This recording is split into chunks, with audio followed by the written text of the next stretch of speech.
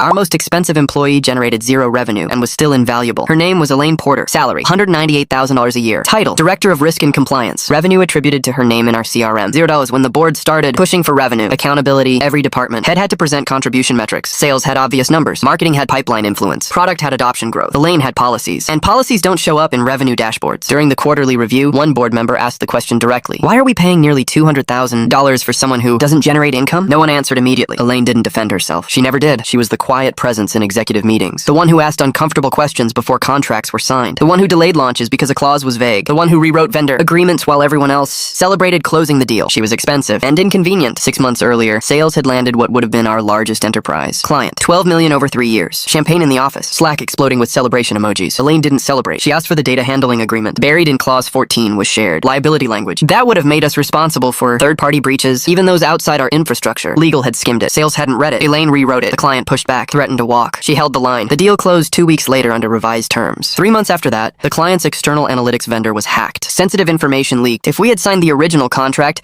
we would have absorbed the liability. Estimated exposure, $8.4 million.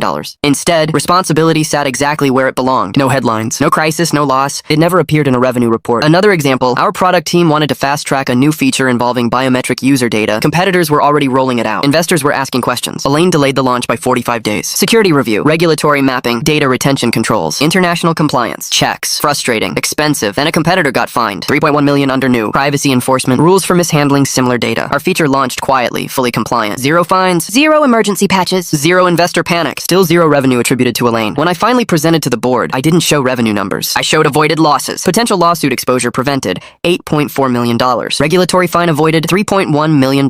Vendor dispute settlements mitigated, $2 million estimated. Insurance premium reductions due to compliance posture, $600,000 annually. Elaine's cost, $198,000. Risk avoided in 12 months. Over $14 million. She didn't generate revenue. She protected it. There's a difference. Revenue is visible. Risk prevention is invisible until it fails. After the meeting, the same board member who questioned her salary pulled me aside. I never thought about value that way, he said. That's the problem. We celebrate the people who build towers. We rarely notice the ones reinforcing the foundation. Elaine still doesn't talk much in meetings. She still asks inconvenient questions. She still slows things down when everyone wants speed. She still generates zero revenue. And if she ever leaves, we'll feel her value the first time something breaks. Some employees make money. The most valuable ones make sure you get to keep it.